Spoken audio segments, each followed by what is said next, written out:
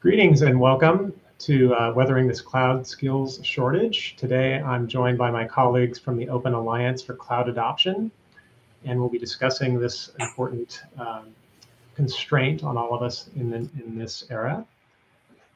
First, I wanted to just share a little bit of background about where we in the Open Alliance for Cloud Adoption come from. We've all been cloud practitioners, having developed large-scale cloud solutions and getting our various business constituents to adopt them. And in the process of that, we've also transformed traditional IT and operations teams into agile cloud workforces. And though we've all taken different paths to gain this experience, we've ended up together in the OACA, which is a Linux Foundation project where we coalesce and condense all of our knowledge and create publications that are designed to help technology and cloud practitioners like yourselves and leaders like yourselves to find a little bit easier paths to adopt cloud. One of our more popular documents is called the Cloud Maturity Model, and it's aimed to help leaders really guide and measure the progress down that secure digital transformation. So again, my name is Mark Williams. I'm going to quickly introduce my fellow presenters today. Ryan Skipp, Shamir Charania, and Andre Schwan are joining me. We've collaborated for years in the OACA, and we're happy to share some of our knowledge with you. Just as we get started with this constraint around cloud skills shortage, Ryan, I'd like to ask for your help in defining the problem. Is there actually a shortage, and if so, why does it exist? Yeah, hi Mark and everyone. Welcome to our session. So I think most organizations are leveraging or adopting cloud technology, but most of those organizations were already running pretty lean because of the economy and economic situation in the past. And now they're beginning to include these new technologies, new systems and services in parallel to the current environment, and they have to run both. So that means that a percentage of the workforce has to continue running the old environment or the existing environment, the core environment, in fact, while your teams and skills have to evolve to also leverage and learn this new technology that they're bringing in from the different cloud platforms. And the evolution of skills doesn't always match the business's desire for adoption. So, for example, an organization's business may want to pivot very quickly in terms of a marketplace, but the skills just aren't ready. They don't have the experience from within your organization, within your business. On the other hand, you may be trying to avoid a data center expansion, and all of your teams are really optimizing and tuning the existing environment. And at the same time, you're now saying, instead of continuing this environment, we need to replace it with cloud technology. And you're now starting to divide your teams a little bit to conquer. And the reality is that takes time, it takes effort. And the people themselves don't always evolve and develop as quickly as the demands from business side do evolve and develop. So that puts pressure on us in terms of having skills and resources available. And then, of course, as you adopt cloud technology, there are way more options available than you were used to within the typical corporate environment. Your traditional MSQL DBA suddenly is now going to be expected to deal with key value databases, relational databases, document databases, ledger databases, and all kinds of others. And they're not the same. Each one has to be handled differently. Each of its differences have to be acknowledged with respect to security, with respect to use, the way that transactions work. And they can bring great value, but it takes a while to develop those skills. So sometimes you're going to keep your DBAs and your other people or developers within certain skill areas that they already know.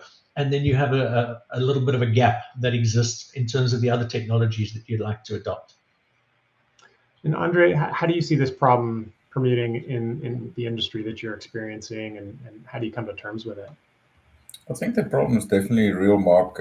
We've, for certain, experienced shortages in our environment. A couple of that I can think of off the top of my head: cloud security specialists, cloud solutions architects, DevOps engineers. But I think it's also regional trend dependent. And I'll give you an example. In our local industry, while cloud adoption is quite advanced, the proliferation of container-based deployment is still very low. in the industry, in our local industry as a whole. As a result, it's not like you're going to find 1,000 people out there who have managed to build up a couple of years of experience. The opportunities are simply not there for them to build it. And like we saw when we were working on our article on on how architecture has to adopt in the agile DevSecOps world, it's really critical that you understand what you have today in terms of the training of your people, but also the experience that they have, so that you can define the gap that you need to close. There's a lot of people available in the market with training, and they've just completed the courses, but especially in the higher levels of the skills that you're looking for, especially when they're going to be making critical decisions in your environment, you would preferably like to have some people in there that have a couple of years of experience. I think something else that will have an impact on the strategy, on how the strategy that you select for each role, is whether you can, in that position, afford to learn as you go. Because there's definite risks in what the people don't know, especially when you're just starting out. Right, and when that scarcest resource is the people that have the experience and the knowledge for what you're trying to do, if that's really the scarcest resource, what else can help? Shamir, any thoughts? Yeah, I think if you look at kind of cloud adoption frameworks published by the public cloud providers, you get the sense that the organizational changes that you have to make are effectively asking teams to do their existing job function and cloud. And adding and cloud at the end of every job description seems pretty easy from a management perspective, but it's a large ask given the technical scope of what cloud has become. I think organizations are trying to follow the guidance, but are not really making the changes required within their organization to support that model well. There are two areas that I think companies should focus on. The first is kind of people focused, as I'm sure there's a lot of industry material out there right now about changing pay scales, changing training time, changing your hiring practices, and so on. And I think that's a big part there. The second one is more culture focused and includes thinking about the day-to-day interactions between the teams that need to add and cloud to their job description and the people in your organization that might be considered cloud experts. Creating strong processes to ensure that there's meaningful interaction between these teams will help really put the organization on the right journey. So I think another dimension to slice that into, to make it rational for the leaders in the audience too, is to create time-based views of when you need various things, short versus medium versus long-term, and planning accordingly as you're able to mature over time. With that in mind, what are some other strategies that can help close the gap? Ryan, you want to lead us off? Yeah, I think the first important part is identify those minimum critical hotspots that you need to address. So to enable the initiative that you've chosen or that your business wants to go down or go after, identify the particular hotspots of skills, identify the islands of technology and capability that you need to evolve, and then very carefully identify what technology choices you can make and control that align closely to the skill sets that you already have. In other words, don't allow big changes or large changes that are going to drive people completely out of their comfort zones. Look for choices that are only slightly ahead of the current comfort zone or the current skill set, and choose those as you're able to. And then as you make choices with regards to particular technology, very selectively analyze the features that are absolutely required for your initial minimum lovable product, and then make very deliberate and conscious decisions and decide what features and functions can be enabled by which additional skill development, and allow those to run or drive those to run hand in hand with each other. So don't go after enabling all of the functions and features of a particular technology right up front. Select the critical parts, select those for the skill development, work with the teams and give them visibility of that. And then with a little bit of pragmatic stretching, you can begin to achieve those objectives more easily without stepping into the risky areas of blundering into mistakes that, as Andre mentioned, because of complete lack of knowledge. Yeah, Ryan, and I think there's some short-term strategies that we definitely have to put on the table as well. Obvious one being seeing if there's consultants available that you can use to fill the gaps. And there are companies like Eco who invest heavily to build the skills for exactly that purpose. And the benefit that you get from consultants is they gain a lot of experience in a short amount of time across many clients due to the nature of how it's structured. The flip side of it, obviously, is it's not experience specific to your company, but it might be a good supplement to what you have at the moment. I think you also need to consider whether these gaps that you're trying to fill differentiates your IP or whether it's a commodity. You might want to consider different approaches for the two. And personally, I'd focus on developing the skills essential to my competitive edge in-house and then see if I can source the other skills from external. Another possible source is to consider your technology partners for expert skills. Obviously, that comes with a little bit of an agenda normally that you have to guard against, but you can get past that. Can't you just adopt or buy the latest as-a-service technology from the CSP rather than developing expertise? Does it really take that much, or having to hire around people to take care of it? You can definitely, Mark. That is definitely one of a strategy that you can follow. And you could also don't discount the option to delay major impact decisions while you don't have the skills to make those decisions.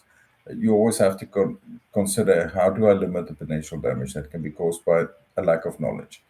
You don't want to be led down a path where you implement a technology that's not really suited to your company or deploy it in a very inefficient manner. Yeah, I think there's a lot of merit to taking a buy approach with regards to talent and skills, or as a service, however you want to facilitate that. But I think there's still risks, right? The problem with that approach is that you have to ensure that your internal teams are strong enough to represent the company's interests, right? And if they're not, you kind of just get pulled along the direction of that service provider, of that consulting partner, et cetera, right? And so you might ultimately need to buy that capability too, to ensure that you're developing a sustainable solution for your company.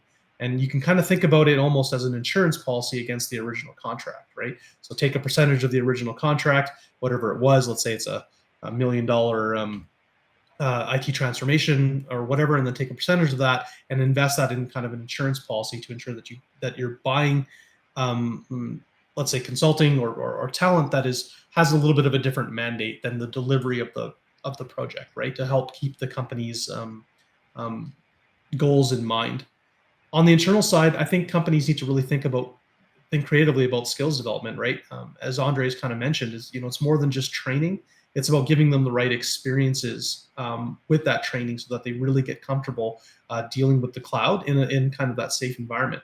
I see many companies going down, the bend of automating all the things, but sometimes being less efficient allows for those experience opportunities in those safe environments, and that actually leads to better overall outcomes for your corporation. So for companies that are struggling with finding or developing those kinds of cloud skills that are necessary, Ryan, what else can they do? So first key point is map the skills that you have within the whole organization and identify those, and then evaluate whether it's possible to reorganize them a little bit so that you can make some of them available to key initiatives. Now, when we talk about mapping the skills and the strengths, we need to think about it in two dimensions. Soft skills, which really speak more to leadership and the capability to motivate and inspire teams, the aptitude to learn, the aptitude for innovation, and then we have hard skills. So that's the second major group, which are real technical capability, real experience. Then by mapping these, I can begin to structure or set up organizations either formally and or informally, where those who have the right skills that are necessary for that particular function are able to cross-train and mentor some of the more junior members of the people who are evolving still into a particular capability or skill set. So, and this can be done both formally and informally. You can set up practice groups where people from different areas come together, share their experiences, share their learning, and help each other to learn on an ongoing basis, although they belong to different groups and different organizations. But it allows the organization to lever and multiply the effect of the value of that knowledge. And then, of course, the other important thing is as a leader, you must own the initiative, but you don't necessarily have to own the depth. Once you've mapped all of the different skills that you think are going to be required, at least for your short and medium term, set up your leadership to own those and to drive those within the different teams. But the depth itself might be okay to source externally, as Andre had suggested. Right, and I think to add the dimension of what's important at that leadership level is to identify the evangelists. Once you begin to find success, promoting and telling the story of what that took, what the benefits to the business have been, and how it's really enriched the team that made that possible. Other leader decisions that come into view and other options. Andre, what else would you share? I think building on to what Ryan said about understanding your own gap, I think also understand your local market. Understand what's commonly available in the market and what the shortages are, and identify where you can leverage external skills when you need to, but link that to a knowledge transfer process. I think it's important that you contract full knowledge transfer when you engage with external parties so that you have a planned experience gain process running in your organization. So we had talked a bit about mapping needs earlier. And so figuring out how my needs might map to a partner's offering and the gaps that I might have that need to be filled, perhaps for non-strategic work that enables like others with the more aptitude to level up in the short or medium term. How do you choose or figure out who's capable and what do you do to motivate them? Is there an optimal path, Shamir? Yeah, I think we have to remember that human systems are complex adaptive, right? And with complex adaptive systems, you can't really predict outcomes because there's no linear causality. Rather, you can kind of set that direction and then you just need to manage energy gradients. So given that context, I think there's a couple of things that companies can try. The first one is along the lines of micro nudging, change the process structures slightly to encourage cloud use and see which teams respond favorably. And that might help you identify those evangelists within your organization that you didn't know you had, or it might help you identify teams that are going to be much more capable or much better positioned or have a much bigger need to actually adopt the cloud than others. And those teams can then help be those, play those subject matter expert roles and help be pivotal to the company's journey.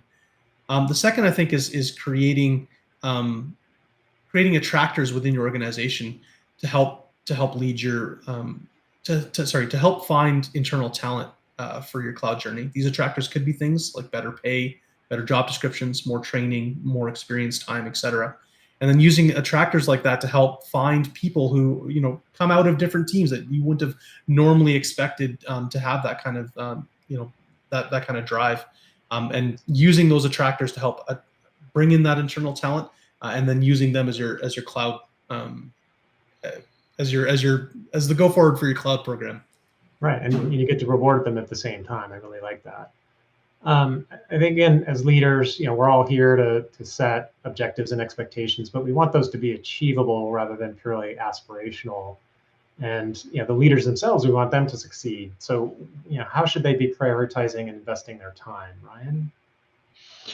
Yeah, I think one has to be so careful of getting sucked down into the weeds in terms of the ongoing tasks, because what we're talking about here is a long-term evolution of your organization and of your teams to reposition the capability of the organization. So the leaders have to create key partnerships. And for me, there are at least three that are really important. The HR organization is a group that is positioned to work with the individuals to do career planning and to schedule career planning discussions, to schedule skill discussions, skill reviews. And you need to leverage them to take care of that and to set up schedules for actual training events, and potentially to even go out externally for proposals or for training offers from external parties to bring into the organization based on the gaps that have been identified. So HR is a key partner for me to work with. The second key partner to work with is business, and with regards to the development that they demand and expect and plan. they need to understand the journey that we're on. They need to understand what capabilities we have and the risk of going into areas where those capabilities are thin or not yet crystallized, and set practical, pragmatic expectation with them, but also identify what they would like you to be doing and how they would like you to adapt the plans on an ongoing basis. We need to be a little bit agile, but they're a key partner. In fact, they're they're the ones who are focusing on where the business and the organization should be going and the skill sets that must enable that. And then the third one for me is you're leveraging cloud, usually either a public cloud or from very specific vendors. As you're buying from them, negotiate training into your relationship. So they're going to get the benefit of their systems and services looking good if you're using them properly. That should be a tradable asset in terms of a training that they should be prepared to offer. And it's not just training. We need to look at the material that they have available, the documentation that they have available that can be used and published via your internal intranet. And that's really critical. Those external partners help to make you successful as much as you're, of course, paying them for their services.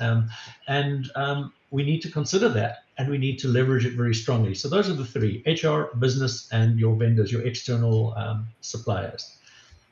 Ryan, I'd also add to that. We've talked about the short-term options that you have in this space as well, but for the longer term, let's bring the time-based view back.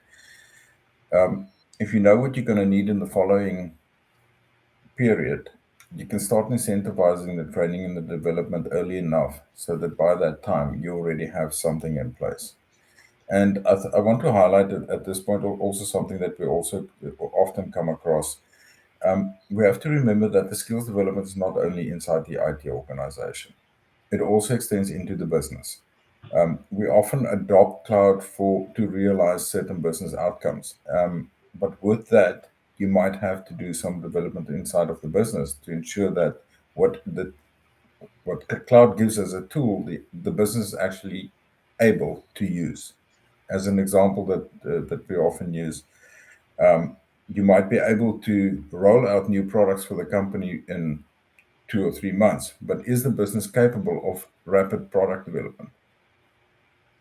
Right. One of the strategies I've seen too is to try to single track some of those resources, whether it's the new ones jumping in to start working on something, or they're providing relief to somebody who does have that aptitude and experience and can go down a certification training path to learn the platform and begin to leverage the partners to help them. Again, you got to couple that with how to motivate and incentivize some of that career staff that's there that needs to acquire new skills. But Ryan, I know you have a lot more wisdom on this. What else would you add? Make sure to provide the time for people to learn. They need place to play. They need time to play. They need time to learn and to experiment. Otherwise, they're going to make mistakes, and it can evolve towards being a negative experience. It has to be positive. It has to be catered for. So provide time and provide budget for learning. They do need areas to play. They do need to experiment with certain functions and features. So plan for the budget for that. And the more that's done to enable both the development of soft and hard skills, the more quickly we see you start to realize or recognize success. Because otherwise, if they're not going through experimentation and learning, they're actually going straight into development, and that development can cause you to have to redevelop and to fork and to change direction and to rewind more often. So that's really important. Foster a learning culture. Give teams time to experiment and to learn, and that really is a key contributor to a learning culture. Then give and be very open and very real with people about going into new areas, and that where people can be open about their needs and about their real capabilities. That's so important. You don't want somebody who's kind of pushed into a position saying, "Oh, I'm sure you'll be able to manage." They need to, be able to have the freedom and feel safe to say, I'm out of my depth. I need some help. And to ask each other for help and for support. That's such a critical thing, that openness exists between teams, especially in DevSecOps development practices and methods. And then, of course, you can also leverage practice groups. Practice groups are teams that come from, or people who come from different teams that don't necessarily work together, but they share a common thread or a common technology capability, or a common ideal for it. You can have practice groups in innovation. You can have practice groups in terms of application, messaging systems, and they can share ideas, they can share thoughts, and they can help each other to develop. So that's another key area in terms of creating that learning culture and enabling sustainable ongoing learning, where best practices are shared and experience is shared. Yeah, I like the idea of that, focusing on the learning culture. I think the part of the learning culture that I would focus on is really about organizations needing to embrace the kind of proof of concept culture, or proof of concept ideas. And I feel that that's really required for delivering cloud solutions, or delivering successful cloud solutions, right? Allow for waste in your processes, which allow for your teams to experiment, tinker, build, and ultimately, or destroy, and ultimately learn, right? Teams need to get comfortable with the processes of working with the cloud, and that's what's going to really enable your agility later on. I agree completely with that, Shamir. We see this reflected time and again in the innovation management research findings. A culture that tolerates experimental learning and the failure that naturally comes with that is critical to allowing organizations to pivot. So thinking about all this investment in skills that we're talking about, how do you protect that investment in your current personnel, and how do you keep them working for you as opposed to leaving? Andre? I think start by focusing on what motivates them, and it's not always money, Mark. We've seen that motivational factors can vary widely across generations. So also consider the cross section that you're working with, and you need to plan accordingly. So yeah, retention's tough. I agree. It's not just money. Getting that training, enabling a culture where it's driving a want to work here culture, and being a top company. What else can influence this? Who's deciding, and how does the shortage that we're talking about become more acute? So I think something that's really important. Leadership needs to create the opportunities for growth. People need to feel wanted, and they need to see opportunity for their own development over time. So create the opportunities for growth. Another thing that really frustrates your team members is where they feel that they don't have decision-making power or capability. And DevSecOps really demands that decisions, micro decisions, and bigger decisions are being made continually. So you have to change or adapt the culture to distribute the power and distribute decision making within boundaries and within certain parameters, and empower the team so that the people themselves feel that they're actually taking the organization forward, because this brings both ownership and a feeling and a sense of responsibility to those people, and they're going to be more loyal to that product and that thing that they've built and that they've developed, and that pride that they're then able to move on to, and then they're going to look for other opportunities to repeat that experience. Want to bring in one more element. I think it counts both as a strategy, but also as a retention mechanism, is scholarships. Your typical scholarship has some form of a work back time associated with it, and that while that can be a source of skills, it can also help give you a little bit of time to cultivate the factors that will lead them to stay longer. This, however, I think that we just have to agree that, or understand that it's a longer term process. It's not going to solve your short term problems, but it's definitely something that we can consider for longer term skills retention and skills as a skill source.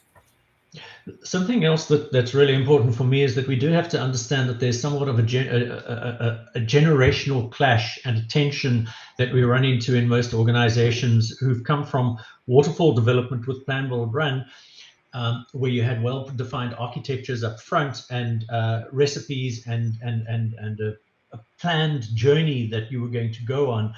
Whereas in the new environment, the architecture is often only written down afterwards. So in other words, you're going into something blindly and are writing down the architecture. And this is something we addressed in our recent paper on architecture and DevSecOps. And it's important to deal with that tension and to neutralize it. And neutralization comes by listening. Listen to the team, listen to their needs, understand how the methodologies work that they're working with as leadership. And one has to be careful of frustrating them. At the same time, you need to give them direction. You need to give them the power and make them feel enabled. So really important, set common goals up front, set common objectives and key results and define those together. That way you at least are talking the same language in terms of the direction that you've headed. And then also understand that what can you do for me versus what can I do for you, and continually balance that in terms of keeping those people motivated and listening and contributing back and talking. That constant conversation between leadership and the teams is so critical. I just can't understate how important that is. Excellent. Thanks, Ryan. And to bring us home, I'd like each of us to kind of share one final summary key message that helps the audience make the right next moves out there. I'll start here with, investing and becoming an employer of choice. What are the key characteristics that our company should exhibit to attract the target employee? Setting a vision where the chief leaders of that company should be able to read employer review sites and see glowing reviews, respecting the leadership decisions, and being able to reflect on and express a vision where those employees that are commenting there are sharing and promoting the fact that the leaders are considering their needs as people that have to help fill that gap. Let's go next with Andre, and then Ryan and Shamir to close us out, please. Mark, I think my key takeaway from this conversation is try to reduce the problem. So can you procure services solutions in such a way that your reliance on in-house skills is reduced? I think that's one of the easiest ways to deal with the problem, especially your initial problem. For me, start by implementing technologies that are flexible and scalable, but only require some additional training and not a complete overhaul of your entire environment to start with. And then you can evolve from that solid foundation. I think for me, it's allowing your organization to play. It's realizing that mistakes will be made and having good processes to correct those mistakes should they occur, not to prevent those mistakes. Because if you can't play, you don't get comfortable with the cloud, and if you don't get comfortable with the cloud, you're not really going to drive the benefit that you're hoping for. Excellent. Thanks, everybody. And thank you to the audience for attending our session today on how to weather the cloud skills shortage. We'd like to thank eCore for inviting the Open Alliance for Cloud Adoption. And if anybody's curious about what else we can help with in terms of our publications, please visit oaca-project.org for more information. Thanks again.